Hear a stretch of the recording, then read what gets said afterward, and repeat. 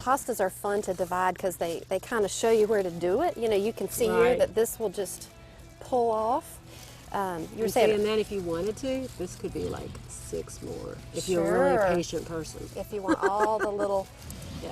all Yeah, the little that's more. babies. And you know, sometimes when it's really tight, I like to get just an old knife, and you can even cut it if it's so matted that you can't really tell where it would normally divide.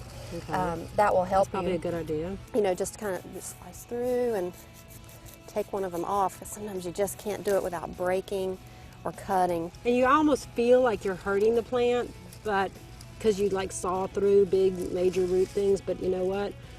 It's kind of like when you take a plant out of a pot.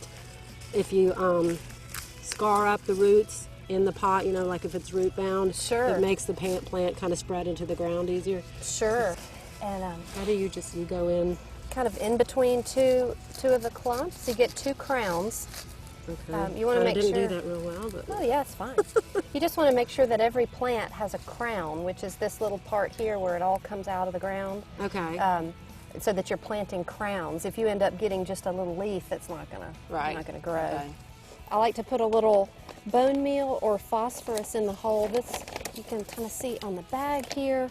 The middle number is phosphorus, which it tends to help with roots and root growth. Instead of promoting top growth right now. Right, and this is an organic bone meal, so putting a handful of this in the hole certainly can't hurt. But after you divide something, sometimes it needs a little TLC to keep it, help those roots get going. Okay. Well, thank you. All right, job well done.